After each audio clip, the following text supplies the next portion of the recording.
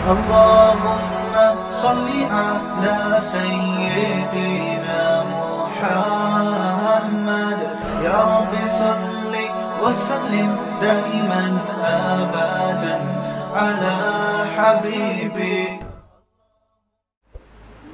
انسان تتلیوں کی طرح ہوا میں اڑ رہا ہے. پہلے زمانے میں اس کا تصور بھی نہیں تھا. اللہ تعالیٰ نے، اللہ کو معلوم تھا نا آبادی بڑھ جائے گی، تو آبادی بڑھنے سے مسائل بڑھنے کے بجائے کم ہونا شروع ہو گئے. یہ بھی اللہ کی قدرت کی ایک دلیل ہے. اللہ بتاتے ہیں کہ تمہاری کیلکولیشن غلط ہو جاتی ہے، مجھ پہ اعتماد کرو، مجھ پہ توکل کرو، میں نے پیدا کیا ہے تو میں غافل نہیں ہوں. کافر یہ سمجھتا ہے کہ اللہ پیدا کر کے بھول رہا ہے، اس کو پتہ ہی نہیں ہو کیا رہا ہے. اللہ اپنی قدرت کے کرشمے دکھاتا ہے کہ میں پیدا کر کے غافل نہیں ہوں. زمین میں میں نے کتنی اسپیس رکھی، کتنی خوراک رکھی، سب مجھے پتہ ہے. اس حساب سے بندے مارکیٹ میں آتے رہیں گے، تمہیں اس میں ٹانگ اڑانے کی ضرورت نہیں ہے. اب دیکھو 1000 سال پہلے کا کوئی سائنٹسٹ ہوتا جو بڑا عقل مند ہوتا، وہ کیلکولیشن کرتا 1000 سال کے بعد آبادی اتنی بڑھ جائے گی تو بڑے مسائل کھڑے ہوں گے اور لوگوں کا بیڑا غرق ہونا شروع ہو جائے گا. لیکن دنیا میں آبادی بڑھنے سے مسائل زیادہ ہونے کے بجائے مسائل کیا ہو گئے؟ کم ہو گئے. ایجادات ہوتی رہیں. اب کتنا بڑا مسئلہ تھا پشاور سے کراچی پہنچنا. پرانے زمانے میں بہت بڑا مسئلہ تھا یا نہیں تھا؟ گدھے گھوڑوں پہ آتے، پیدل آتے. آبادی بڑھ گئی، ایجادات بھی اسی حساب سے بڑھ گئیں. وہ بہت بڑا مسئلہ بہت چھوٹا سا مسئلہ رہ گیا. کیا خیال ہے؟ ٹھنگ ہڑ کے بندہ پہنچ جاتا ہے. تو بتانے کا مقصد ہے اللہ پہ اعتماد اور اللہ پہ توکل. ہر چیز کیلکولیشن سے نہیں ہوتی. کیلکولیٹر لے کے بیٹھے رہتے ہیں، اتنی آمدن، اتنے خرچے، اتنے بچے، اتنے بیگم، اتنے فلانا، اتنا ڈمکانا، اور ڈپریشن میں جاتے رہتے ہیں بیٹھ کے. تو اس لیے دنیا میں سکون اسی کو ملے گا جو اللہ کو یاد رکھے گا. یہ بھی قرآن جو ہم نے پڑھا ہے نا، اسی کا حاصل ہے. الا بذکر اللہ تطمئن القلوب. قرآن کہتا ہے اللہ کو یاد کرنے سے دلوں کو سکون ملتا ہے.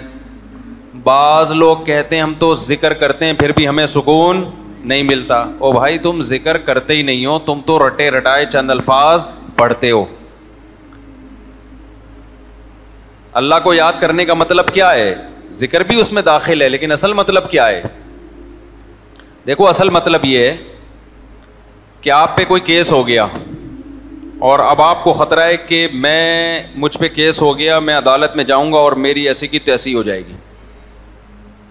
جب آپ کو عدالت کے کٹہرے میں لے کے جا رہے ہوں، آپ خوشی میں ہوگے ٹینشن میں ہوگے؟ ٹینشن میں. جج جب کچھ لکھ رہا ہوگا آپ کی ٹینشن بڑھ رہی ہوگی. لیکن جج کا فون آ گیا اور اس نے آپ کو پہلے بتا دیا میں تیرا چاچا ہوں، کرسی پہ بیٹھا ہوا ہوں، بے فکر رہے، تجھے کچھ ہونے والا نہیں ہے، ٹینشن نہیں لینا. یا میں تیرا ابا ہوں، فرض کر لو ابا آپ کے بیٹھے ہوئے ہیں عدالت کی کرسی پہ، تو پھر آپ ٹینشن فری. پاکستان کی بات کر رہا ہوں، ہر جگہ کی بات نہیں کر رہا. اور پاکستان میں بھی سارے جج ایک جیسے نہیں ہیں. ان ججوں کی بات کر رہا ہوں جو میرا بیان نہیں سنتے. بہت نالائق ہے نا، نہیں سن رہے بیان، پھر ان کو ہم جو مرضی بولیں ان کو. اور جو اس وقت میری اسپیچ یہ والا کلپ سن رہے ہیں تو وہ اس کی ہم بات ہی نہیں کر رہے، وہ تو سن رہے ہیں. تو جج صاحب بیٹھے ہوئے ہیں، وہ آپ کے کیا نکلے؟ آپ کو پہلے پتہ ہے میرے ابا ہیں. اب آپ ٹینشن فری. اب لوگ آپ سے کہیں گے کہ یار آپ کے اس اطمینان کی وجہ کیا ہے؟ آپ پہ اتنا بڑا کیس ہے اور اتنی خطرناک سزا ہو سکتی ہے آپ کو، لیکن آپ کو تو ذرا بھی ٹینشن نہیں ہے. آپ کہو گے مجھے اپنے ابا کو یاد کرنے سے سکون ملتا ہے. بذکری ابا یطمئن قلبی، یوں کہو گے آپ. بذکری ابی، عربی میں کہیں گے بذکری ابی، اردو میں ابا ہی کہہ دو اس کو. بذکری ابا یطمئن قلبی, مجھے اپنے ابا کو یاد کرنے سے کیا ملتا ہے؟ سکون. اب پتہ چلا الا بذکر اللہ تطمئن القلوب, خبردار اللہ کو یاد کرنے سے سکون ملتا ہے. اس مثال سے یہ آیت کا مطلب سمجھ میں آ گیا کہ نہیں آ گیا؟ جو اللہ کو یاد رکھتے ہیں کہ ٹینشن میں آپ کی کیلکولیشن غلط ثابت ہو سکتی ہے, آپ کہہ رہے ہو میری کم آمدن, یہ مسائل یہ مسائل یہ مسائل, تو بھائی اللہ ہے نا, وہ بیٹھا ہوا ہے. لوگ کہہ رہے ہوتے ہیں نا بھائی آپ آئیے ہم بیٹھے ہوئے, ہمیں کوئی ٹینشن لینے کی ضرورت نہیں ہے. سر مجھے گیٹ پہ روک لیں گے, او بھائی میں وہاں بیٹھا ہوا ہوں یار, روکے گا میرا ہی بندہ روکے گا نا. لوگ صبح شام اپنے تعلقات اس طرح استعمال کر رہے ہوتے ہیں, او یار میں بیٹھا ہوا ہوں کوئی مسئلہ نہیں ہے. تو یہ بات بھی اللہ کے بارے میں جب تک دماغ شریف میں, کھوپڑی شریف میں نہیں بیٹھے گی کہ اللہ بھی عرش پہ بیٹھا ہوا ہے, وہ سارا نظام دیکھ رہا ہے, وہ غافل تھوڑی ہے اپنے بندوں سے بھائی. اب 1000 سال پہلے لوگ ٹینشن لیتے کہ یار آبادی اتنی اسپیڈ سے, اس وقت تو بہت اسپیڈ سے بڑھ رہی تھی آبادی, یار اتنی اسپیڈ سے بڑھ رہی ہے, ایک فی کس اتنے بچے, پھر ان بچوں کے بچے, پھر ان بچوں کے بچے, ابے بھائی یہ کیا ہو جائے گا, تو دنیا کیا ہو جائے گی, برباد. تو ان کو کیا پتا تھا کہ بھائی اللہ کیا ہے, بیٹھا ہوا ہے, اس نے انسان کے تابع ہر چیز کو بنا دیا, پوری کائنات. اس لیے انسان کو یہ رائٹ دے دیا کہ وہ ہر چیز کو اپنے کنٹرول میں لے سکتا ہے, لیکن وہ انسانوں کو اپنے کنٹرول میں نہیں لے سکتا. مینیجر کو کنٹرول میں لے سکتا ہے, وزیر اعظم کو کنٹرول میں لے سکتا ہے, نہیں لے سکتا. وہ اپنے ماتحتوں کو لے سکتا ہے. تو انسان کے جو ماتحت ہیں وہ جانور ہیں, ان کی نسل کو کنٹرول کر سکتا ہے انسان.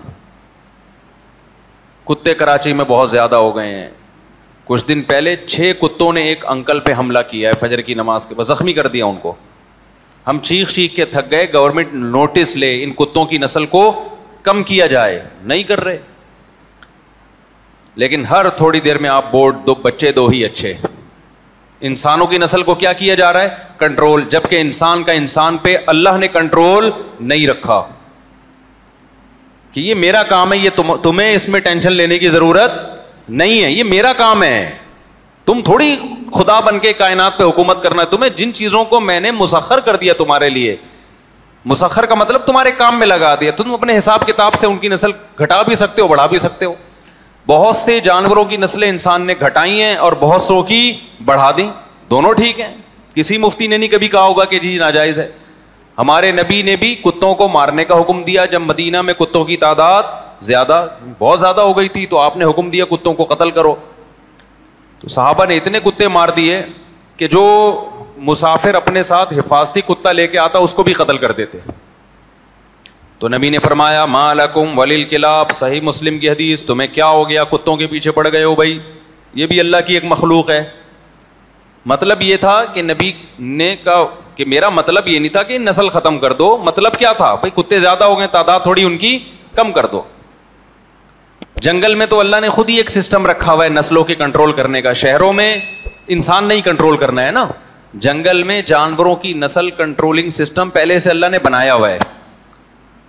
ماہرین یہ کہتے ہیں کہ اگر جنگل میں ہرن کو کھانے والے درندے شیر چیتے نہ ہونا تو اتنے ہرن 12 سنگے پیدا ہو جائیں کہ جنگل کی گرینری ختم کر دیں. وہ سمجھ رہے ہو کہ نہیں سمجھ رہے, ساری جنگل کی گرینری کی ایسی کی تیسی. وہاں اللہ نے نظام بنایا, شیر بھی پیدا کیا, وہ کھا لیتا ہے ہفتے میں 1 آدھ, تو نسل کیا رہتی ہے کنٹرول میں. خرگوش اتنی اسپیڈ سے بڑھتے ہیں کہ جنگلوں میں اگر خرگوش کو کھانے والے کتے اور بھیڑیے اور شیر نہ ہوتے تو خرگوش ہی خرگوش ہوتے پوری دنیا میں, اتنی اسپیڈ سے ان کی نسل بڑھتی ہے. اور وہ سارے کھیتوں کی ایسی کی تیسی کر دیتے. آسٹریلیا میں خرگوشوں کا تجربہ ہو چکا ہے. ایک آسٹریلین آیا یہاں سے خرگوش لے گیا کہ یار آسٹریلیا میں خرگوش نہیں ہے, خرگوش بھی ہونے چاہیے. وہ خرگوش اتنے پھیلے وہ ان کی فصلیں چٹ کر جاتے تھے. حکومت مارتے مارتے تھک گئی, نہیں مر رہے تھے, پھر بڑھ جاتے. بالآخر کوئی ایسی میڈیسن, ایسی دوائیں ایجاد کی گئی ہیں کہ ایک جوڑا بھی زندہ نہیں چھوڑو, پوری نسل ختم کی انہوں نے. پھر تحقیق کی ان کے ماہرین نے کہ پوری دنیا میں خرگوش ہیں, ہمارے یہاں کیا مسئلہ ہے بھائی, اتنی بڑھ گئی نسل کے کھیت چٹ کر جاتے ہیں سارے. یہ تو پتا چلا کہ دنیا میں جہاں بھی خرگوش پایا جاتا ہے اللہ نے وہاں اس کو کھانے کے لیے درندے بھی اس جنگل میں اسی حساب سے پیدا کیے. ہم نے خرگوش تو لا کے چھوڑ دیے, اس کو کھانے والے درندے نہیں چھوڑے ہم نے. یہ خدا کا بنایا ہوا نظام ہے. مچھلیوں کو دیکھ لو آپ, یہ میں بتا رہا ہوں آپ کو توکل, اللہ پہ اعتماد اور توکل سمجھا رہا ہوں آپ کو. مجھے خرگوش اور گدھے گھوڑے کی مثال سے کیا سمجھانا ہے بھائی, لیکن مقصد بتانے کا یہ ہے کہ جس نے کائنات کو بنایا وہ غافل نہیں ہے. اور ہم لبرل ہو گئے ہیں, ایسے لبرل ہو گئے ہیں کہ بس بالکل اس سے غافل ہو گئے کہ خدا تو ہے ہی نہیں ہے, سب کچھ ہم نے ہی کرنا ہے. سمجھتے ہو کہ نہیں سمجھتے ہو؟ اب آپ دیکھ لو مچھلیوں میں جن جانوروں کی نسل بہت اسپیڈ سے بڑھتی ہے, ان جانوروں میں اللہ نے ماں کی ممتا رکھی نہیں ہے. کیوں؟ پیدا اتنے ہو رہے ہیں, اگر اماں ان کو پالے گی وہ تو سارے بچ جائیں گے. اب مچھلی ایک ایک ٹائم پہ ہزاروں انڈے دیتی ہے. ہم لوگ گن پوائنٹ پہ بھی فارمی مرغی سے اتنے انڈے اب تک نہیں نکلوا پائے ہیں جتنی مچھلیاں انڈے دیتی ہیں. ہزاروں انڈے دے گی. کیا کرتی ہے؟ انڈے دیتی ہی پہلے اپنے انڈے خود کھائے گی, پھر جب اس سے بچے نکلتے ہیں نا اپنے بچے کھانا شروع کر دیتی ہے. کیونکہ وہ ہزاروں اگر بچ گئے وہ تو نسل اتنی پھیلے گی, سمندر میں پاؤں رکھنے کی جگہ نہیں ہوگی بھائی. ان مچھلیوں کو خوراک کہاں سے ملے گی؟ خدا نے ایسا نظام بنایا بھائی, اتنی اسپیڈ ہے تو اب ماں کی ممتا ختم. میں نے ایکویریم میں مچھلیاں پالی ہیں, وہ گولڈن فش تھی نا, ایک دن اس نے اتنے بچے دیے, اتنے بچے سب کھا گئی. تو چند ایک بچے ہم بچا سکے. اتنی اسپیڈ سے کھانا شروع کرتی ہے نا, تبھی ان کو فوراً بچوں سے الگ کرنا پڑتا ہے. فوراً بچوں سے کیا کر دو؟ الگ. تو یہ اللہ کا بنایا ہوا نظام ہے. اور جن جانوروں کی نسل بہت اسپیڈ سے نہیں بڑھتی, ان کے دل میں اللہ نے بچے پالنے کا جذبہ زیادہ رکھا ہے کہ تھوڑے ہوں لیکن وہ پل جائیں. تو یہ سب کنٹرول کس کی طرف سے ہے؟ اللہ کی طرف سے. اور پھر اللہ نے انسان کے بھی تابع بنا دیا, کہا کہ تم بھی کنٹرول کر سکتے ہو, دخل اندازی کر سکتے ہو, نسل کو کم بھی کر سکتے ہو اور بڑھا بھی. تم سمجھتے ہو کہ بھئی جتنے انڈے مرغیاں دے رہی ہیں وہ ہماری ضرورت کے لیے کافی نہیں ہے, تو ہم خود سے بھی مرغیوں سے انڈے نکلوائیں گے. تو ہم نے کیا کیا, کراس بریڈنگ کر کر کے اور مختلف قسم کے انجیکشن لگا کے مرغی روز پابندی کے ساتھ انڈا دے رہی ہے, ریٹائرمنٹ تک انڈا دیتی رہتی ہے. اور ان کی نسلیں اور زیادہ بڑھا دی ہم نے. نہ بھی بڑھاتے نا تو بھی دیسی مرغی اتنی تھی کہ وہ ہماری ضرورت کے لیے کافی ہو جاتی. یہ خوب اچھی طرح بات سمجھ لو. یہ جو بہت سے لوگ کہتے ہیں نا کہ فارمی مرغی نہ ہوتی تو اب دیسی مرغی تو انسانی آبادی کی ضرورت پوری نہیں کر سکتی, بالکل غلط بات ہے. یہ بالکل ایسے ہے جیسے کراچی میں ہم جب بھی چاہیں جہاں سے چاہیں ہمیں سمندری مچھلی وافر مقدار میں مل جاتی ہے, لیکن یہ کہہ کے مچھلی کی فارمنگ کو فروغ دیا گیا کیونکہ تاجروں کے لیے وہ آسان ہے, اس میں تیزی سے تاجروں کا فائدہ سمندر میں کم ہے, مچھلی کی فارمنگ میں زیادہ. اب تاجروں کا فائدہ چونکہ اس میں زیادہ تھا, اب لوگ آہستہ آہستہ آ رہے ہیں فارمی مچھلی کی طرف. نتیجہ کیا نکلے گا؟ مارکیٹ میں فارمی مچھلی اتنی زیادہ پھیل جائے گی کہ لوگ پھر کل یہ بات کرنا شروع کر دیں گے کہ سمندر کی مچھلی انسان کی خوراک کے لیے کافی نہیں تھی تو یہ فارمی مچھلی نے آگے کمی پوری کی ہے. حالانکہ ایسا بالکل بھی نہیں ہے. ہوگا یہ کہ جب تجارت اس میں لوگوں کو زیادہ آسان نظر آئے گی تو سمندر کی ٹینشن لینا لوگ چھوڑ دیں گے, سوائے جو لینڈ لارڈ لوگ ہوں گے جو اب جیسے دیسی مرغیاں کھاتے ہیں تو اب دیسی مچھلیاں ملا کریں گی ونس اپون اے ٹائم. اس لیے میں آپ سے کہہ رہا ہوں کہ دیسی پر رہو, فارمی پر مت آؤ, تاکہ وہ جو بزنس سمندر کا چل رہا ہے نا, یا جو جا کے دریا سے شکار کر کے پکڑتے ہیں, وہ بزنس ترقی کرتا رہے. اس لیے فارمی سے نکالو اپنے آپ کو. وہ جو مچھیرے بیچارے ایک ایک مہینہ جا کے محنت کر کے لاتے ہیں ان کا کاروبار ٹھپ ہو جائے گا. وہ بھی یہی کرنا شروع کر رہے ہیں اب کہ یار ہم جا کے ایک ایک مہینہ سمندر میں اتنی ٹینشن اٹھاتے ہیں تو بہتر نہیں ہے کہ ہم ایک تالاب بنائیں اور دے دنادن مچھلیاں ہی مچھلیاں. اس لیے کوشش کس کو کرو, وہی ہم گاؤں دیہاتوں میں رہیں, جب چاہو آپ کو دیسی مرغی ملتی ہے کیونکہ مرغیوں کی نسل بڑی اسپیڈ سے بڑھتی ہے. تو خیر اصل بات کی طرف میں آتا ہوں. تو اللہ میاں نے جانوروں کا تو کنٹرول کس کو دے دیا؟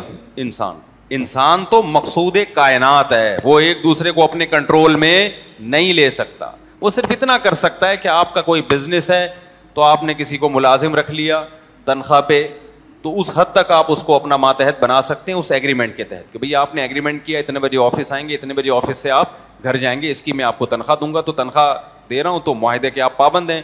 اس حد تک تو انسان انسانوں کا پابند اور تابع ہے, ورنہ حقیقت میں انسان کسی کا غلام نہیں ہے. اس پر حکومت کا حق کس کو ہے؟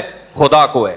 لہذا انسان کو یا کسی گورنمنٹ کو قطعاً اجازت نہیں ہے کہ وہ کسی جوڑے کو یہ کہے کہ آپ کے 2 بچے ہونے چاہیے, تیسرا نہیں ہونا چاہیے, چوتھا نہیں ہونا چاہیے. یہ اتنی بڑی غلامی ہے نا انسانوں کی کو غلامی میں لانا, کہ ایک مرد کی ایک عورت کی چاہت ہے کہ میری نسل بڑھے اور مجھے بڑھاپے میں سہارا ملے, اس میں گورنمنٹ سے آپ پرمیشن لے رہے ہیں کہ وہ آپ کو بتائے گی. یہ تو گورنمنٹ کی غلامی بدترین غلامی ہے انسانیت کی. اور یہ میں آپ کو بار بار ایک بات کہتا ہوں کہ دنیا میں جتنے لبرل لوگ ہیں نا, یہ لبرل حکومتیں ہیں, یہ سیکولر حکومتیں ہیں, ان کے خدا کا واسطہ لیبل پہ مت جاؤ. یہ انسانوں کو غلام بنانے کی تحریکیں ہیں. لیبل ہے انسانوں کو آزاد کرنا, لیبل ہے, حقیقت میں یہ آزاد نہیں کر رہے, یہ انسانوں کو کیا بنا رہے ہیں؟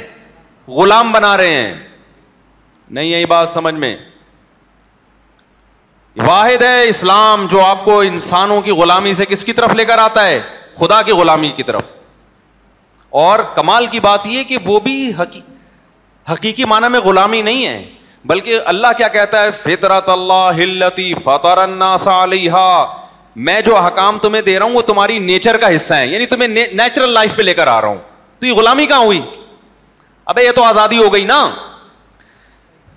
اسلام لیبل غلامی کا لگا رہا ہے, لیکن اس غلامی کے نام پہ دے آزادی رہا ہے. اور سیکولر طبقہ لیبل آزادی کا لگا رہا ہے, بنا غلام رہا ہے. چائنا والے سارے غلام ہیں جن کو 2 کے بعد تیسرا بچہ پیدا کرنے کی اجازت نہیں ہے. یہ غلام ہے نا ریاست کے. کتنا بڑا حق مار لیا بھائی گورنمنٹ نے ان کا. سب گورنمنٹ کے آگے جھکے ہوئے. سمجھ میں آ رہی ہے بات کہ نہیں آ رہی ہے؟ سارے پابند ہیں. کتنے ملک ایسے ہیں جن میں آپ دوسرے ملک کی عورت سے آپ نکاح نہیں کر سکتے, لا ہے ملک کا. اسلام آپ کو اس غلامی سے کیا کرتا ہے؟ نکالتا ہے. پوری دنیا میں احل لکم ما وراء ذالکم, صحیح ہے نا, چند مخصوص عورتیں جو آپ کی محرم ہیں, محرم, ان کے علاوہ سب سے کیا کرو؟ نکاح کر سکتے ہو. تو غلام کون بنا رہا ہے آپ کو؟ ریاستیں بنا رہی ہیں, یہ لکیریں کھینچتی ملکوں کی, یہاں سے وہاں آپ نکاح نہیں کر سکتے. بہت سارے ملک ایسے ہیں, آپ کی نیشنلٹی کینسل اگر آپ نے فلاں ملک کی خاتون سے نکاح کر لیا, اگر فلاں ملک نے فلاں ملک سے کر لیا, تو وہ تو غلام بنا رہے ہیں آپ کو. اسلام کی جو پابندیاں ہیں نا, وہ پابندیاں ہیں جو انسان کو اچھا انسان بننے کے لیے ضروری ہیں. ریاستوں کی پابندیوں کی یہ نوعیت نہیں ہوتی. ریاستوں کی پابندی کی یہ نوعیت ہوتی ہے کہ اکنامکلی ہم ترقی کریں بس. اور لیبل بڑے اچھے اچھے لگائے جاتے ہیں. کتنے چائنا میں لوگ ایسے ہیں جنہوں نے ملک چھوڑا, ان کو زیادہ اولاد چاہیے تھی. انہوں نے کہا یار اس ملک میں رہ کے ہمیں اولاد نہیں مل سکتی. انہوں نے ملک چھوڑ کے ہجرت کر لی دوسرے ملکوں میں, اور دوسرے ملکوں میں جہاں گئے یورپ میں, تو وہاں جا کے انہوں نے نسل بڑھائی. آپ سمجھتے ہو چلو یورپ میں آزادی, وہ آزادی نہیں ہے بھائی, وہ بھی غلامی ہے. وہ غلامی اس لیے کہ انہوں نے جو آپ کو اجازت دی ہوئی ہے کہ 2 سے 4 آپ پیدا کر سکتے ہیں, وہ بھی اپنے مفاد میں دی ہوئی اجازت. جس دن ان کو لگا کہ اس سے ملک کو نقصان ہو سکتا ہے, یا نقصان نہیں لیکن ترقی میں نقصان تو آبادی بڑھنے سے ہوتا ہی نہیں ہے. معیشت بہت اوپر جانے کے بجائے جتنا ہم لے جانا چاہتے ہیں وہاں نہیں جائے گی, تو وہ بھی پابندی لگا دیں گے. سمجھ میں آ رہی ہے بات؟ تو آزادی تھوڑی ہے بھائی. اسلام میں آزادی ہے, آپ جتنی دولت کماؤ اللہ آپ سے نہیں پوچھے گا اگر آپ نے حرام طریقے سے نہیں کمائی. کسی سے چوری نہیں کیا آپ نے, سود ہے, جوا ہے, سٹا ہے, یہ جو غیر اخلاقی طریقے, جتنی مرضی کما لیا آپ نے, گورنمنٹ کو آپ بتا سکتے ہو؟ بولو نا. گورنمنٹ کو چاہے دنیا میں کوئی بھی کنٹری ہو, یہ آپ سمجھ لو, جو لوگ دنیا میں جس ملک کو اپنی دولت بتاتے ہیں نا, وہ پھر پورا ٹیکس دیتے ہیں 40%, 50%. پھر کہتے ہیں ہم یہاں سیو ہیں. ابے آدھی تنخواہ دے کے تو سیو ہو گیا تو کون سا تیر مار لیا؟ سیو تو یہ ہوتا کہ 1 روپے بھی تیرا خرچ نہ ہوتا اور تو یہ سمجھتا کہ یہ سارا پیسہ میرا ہے, مجھ پہ کوئی ہاتھ اٹھانے والا, کوئی ٹیڑھی نگاہ دیکھنے والا نہیں ہے. گورنمنٹ میری محافظ ہے اللہ کے حکم کے مطابق, وہ میری حفاظت کر رہی ہے. حکومت کا کام کیا ہے؟ لوگوں کے مال کی حفاظت کرنا. جب گورنمنٹ نہیں آدھا ٹیکس لے لیا تو حفاظت کہاں کی؟ ابے نہیں آ رہی سمجھ میں. یہ ایسا ہی ہے جیسے محلے میں جب چھوٹے موٹے بدماش ہوتے ہیں نا, وہ پرس چھین لیا, وہ بٹوا چھین لیا, وہ فلانا چھین لیا, وہ یہاں سے چھین لیا. جب بڑا بدماش آتا ہے امن ہو جاتا ہے. آپ دیکھ لو بہت سے علاقے کراچی میں نام نہیں لوں گا کیونکہ میں ان بدماشی نہیں, دشمنی نہیں بول سکتا میں ان سے. کراچی میں بعض علاقے ایسے ہیں کہ جہاں چھوٹی موٹی چوریاں چکاریاں بہت تھیں. جب محلے کا بڑا بدماش آیا نا, اس نے علاقے میں امن قائم کر دیا, لوگ سکون میں آ گئے. کیوں قائم کیا؟ اس نے بولا جب ہم دادا ہے, ہم محلے کا بدماش ہے, تو ہر دکان اتنی پرچی باندھی اس نے کہ اتنا ہمیں بولو دے دیا کرو, اتنا ہمیں دے دو, باقی پھر کوئی تمہاری طرف آنکھ اٹھا کے دیکھے. تو لوگوں نے کہا چلو جو روزانہ ہمیں 10-50 روپے کے وہ جو ایک دینا پڑ رہا تھا, اس سے بہتر نہیں مہینے کے 1 لاکھ روپے باندھ دو, ٹھیک ہے نا, اس سے سکون تو ہو گیا نا.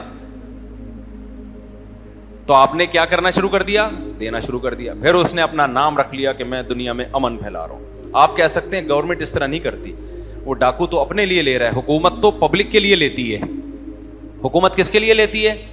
پبلک پہ خرچ کرے گی. دیکھو ظلم کسے کہتے ہیں؟ 2 خرابیاں ہوتی ہیں سیکولر اسٹیٹس میں, 2 بڑی بڑی خرابیاں ہیں. نمبر 1, ان کے پاس ریزرو مال بہت سے بھی زیادہ ہوتا ہے. گلک میں جو انہوں نے جمع کر کے رکھا ہوتا ہے نا, جس کے ہوتے ہوئے ان کو ٹیکس لینے کی ضرورت نہیں ہوتی, وہ بہت زیادہ ہوتا ہے. اس کے بعد لوگوں سے لوگوں کی ضرورت کے لیے لینا ظلم ہے یا نہیں ہے؟ یہ آپ نے جو گلک کو توڑو نا اپنا, یہ جتنے بڑے بڑے کنٹریز ہیں نا جن کو ہم سمجھتے ہیں بڑی ایک فلاحی ریاستیں ہیں, یہ ان کے جو ریزرو ہیں, ان کے جو گلک میں جو انہوں نے سنبھال کے رکھا ہوا ہے, وہ اتنا زیادہ ہے کہ آپ کی سوچ ہوگی. اتنے زیادہ خزانے ہیں, ان کو تو ٹیکس کی ضرورت نہیں ہے.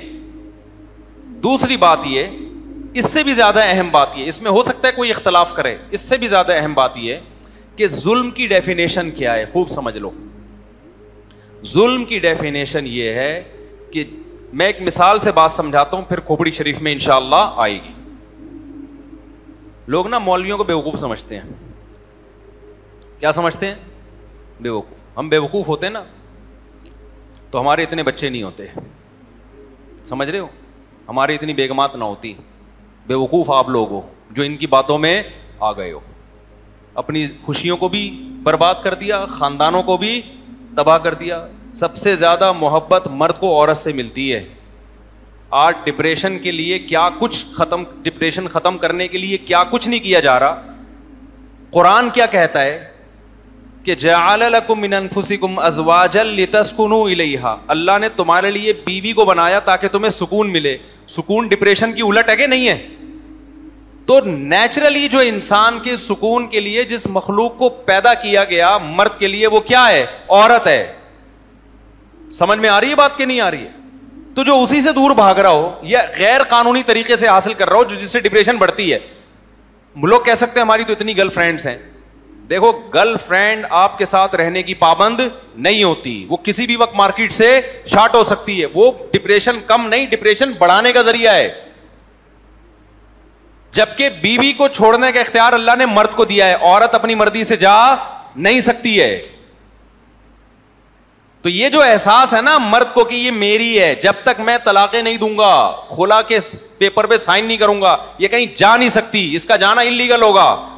یہ چیز مرد کے لیے سکون کا ذریعہ بنتی ہے. اب یہ پتا ہے کہ میری ہے یہ, ورنہ آپ کو جب پتہ ہی نہ ہو کہ اس کو وسیم اچھا لگ رہا ہے, کبھی غفار اچھا لگ رہا ہے, گرل فرینڈ میں تو یہی ہے نا. تو یہ تو خودکشیاں کر رہے ہیں جا کے, گرل فرینڈ بوائے فرینڈ والے دیکھ لو جا کے آپ. عورت کو بھی جب یہ احساس ہوتا ہے کہ میں کہیں جا نہیں سکتی, سوال پیدا تو عورت تو پابند ہو گئی نا, اس کو کیسے سکون ملے گا جب اس کے پاس ایک دوسرے مرد کا آپشن ہمیشہ کے لیے ختم. اس کو بھی اب نبھا کر کس کے ساتھ کرنا ہے پتا ہے بھائی, اب میرے مقدر میں کون ہے, یہ ہے. اب اس کو بھی یہاں سکون ملے گا جب آپ کے پاس آپشن ہوتا ہے نا. دیکھو بوفے میں جا کے ٹینشن کے علاوہ کچھ نہیں ہوتا. آدمی کہتا ہے بریانی کھاؤں یا کباب کھاؤں یا میں وہ کھاؤں, ابے بٹیر کھاؤں, کیونکہ کل پشاور والوں نے بٹیر کھلایا مجھے. پشاور میں نے چپلی کباب دیکھا گول قسم کا, میں نے کہا بھائی یہ چپلی کباب بڑا اچھا بنتا ہے نا وہاں, تو یہ ڈیزائن کیوں چینج ہو گیا؟ انہوں نے کہا یہ ایسا ہی. میں نے کہا یار آپ لوگ نے نا کراس بریڈنگ کی ہے چپلی کباب کے ساتھ, یہ کراس بریڈنگ کے نتیجے میں ایسا چپلی کباب وجود میں آیا ہے, ورنہ چپلی کباب کو تو کہتے ہی چپلی اس لیے کہ چپل کی طرح ہوتا ہے نا, وہ ایسے چپٹا ہو. فارمی مرغیوں کی نسلیں چینج ہو گئی, ہر چیز کی چینج ہو گئی, کباب کی بھی نسل بھی. اس کو میں نے کہا شامی کباب کے ساتھ کراس بریڈنگ ہوئی ہے اس کی, یا کوفتے کے ساتھ لگ رہا تھا مجھے, کیونکہ نہ پورا چپٹا تھا نہ کوفتے کی طرح گول تھا, بیچ کی کوئی, تو یہ کوفتے کے ساتھ کراس بریڈنگ کے نتیجے میں وجود میں آئے. ذائقہ بہرحال اس کا وہی تھا. ابھی کراس بریڈنگ میں خالی شکل چینج ہوئی ہے, اگلی نسل میں چپلی کباب کا ٹیسٹ بھی چینج ہو جائے گا. تو میں نے کہا یار جو روایتی کھانا ہے نا پشاور کا, اس کو تو ویسے ہی رہنے دو میرے بھائی. اس کو اگر کراس بریڈنگ کر کے کوئی نئی چیز بنانی ہے تو اس کو نام کچھ اور دے دو نا. کیا خیال ہے بھائی؟ اچھا خیر, کہاں سے بات چل رہی تھی؟ ہاں, بوفے میں جاؤ تو ٹینشن کم نہیں ہوتی. تبھی بوفے میں لوگ کبھی کبھار جاتے ہیں ویسے ہی کہ دیکھیں کیا ہوتا ہے یا ٹرائی کر لیں, لیکن حقیقت یہ ہے کہ جب بھوک لگ رہی ہو اور ایک قسم کا کھانا آپ کے سامنے آ جائے اور وہ آپ کا مرغوب ہو, آپ کی مرضی کا ہو, تبھی بیگم اپنی مرضی کی ہو تو پھر سکون دے گی. اگر کسی نے لا کے پہنا دی ہے پھر تھوڑی, یا بعض دفعہ کوئی لا کے نہیں پہناتا, خود پہن جاتی ہے, وہ الو بنا لیتی ہے کوئی. بس فیس بک پہ نا آج کل یہ بہت ہو رہا ہے. تو خیر, تو اس میں اللہ تعالیٰ نے ڈپریشن کا حل کس چیز میں رکھا ہے؟ نکاح میں رکھا ہے. آدم علیہ السلام جنت میں ٹینشن میں تھے, تو یہ لبرل لوگوں کے پاس, بیچاروں کے پاس یہ آپشن نہیں ہے. ان کمبختوں کی 35 40 سال پڑھائی لکھائی میں عمر گزر جاتی ہے. یہ تو ڈپریشن کے پورے کنستر ہیں میرے بھائی. سمجھ میں آ رہی ہے بات کی نہیں آ رہی؟ خدا نے جو ڈپریشن دور کرنے کے لیے بیوی کو پیدا کیا تھا اس سے یہ دور رہتے ہیں, اور ڈپریشن بڑھانے والی چیزیں جس کو گرل فرینڈ کہا جاتا ہے اس سے یہ انجوائے کرتے ہیں. تو یہ تو میں تو اس پہ, یہ لوگ جب آتے ہیں نا میرے پاس کے ٹینشن, میں کہتا ہوں ابھی تو زندہ کیسے بھائی, تجھے تو مر جانا چاہیے. نیچر سے بغاوت کرنے والا کبھی سکون میں نہیں ہوتا. پھر انسان کو ایک ٹائم پہ اولاد چاہیے, بیٹے بیٹیاں چاہیے, وہ نہیں ملے وہ 100 دفعہ کہے گا کہ میں ٹینشن میں نہیں ہوں, لیکن حقیقت میں کیا ہوگا, وہ ٹینشن میں ہوگا.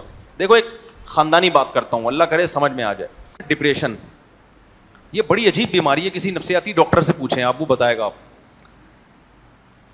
ڈپریشن کا اظہار نا لوگ, بعض دفعہ لوگوں کو خود نہیں پتا ہوتا ہم ڈپریشن کے پیشنٹ ہیں, حالانکہ وہ ڈپریشن کے پیشنٹ ہوتے ہیں. دیکھو بعض دفعہ انسان کو بخار ہوتا ہے لیکن وہ سمجھتا ہے کہ میں دھوپ کی وجہ سے میرا ماتھا گرم ہو رہا ہے. تھرما میٹر لگائیں گے تو پتہ چلے گا بھائی یہ دھوپ کی وجہ سے نہیں ہے, یہ ٹیمپریچر آپ کا اندر کا بڑھ گیا ہے.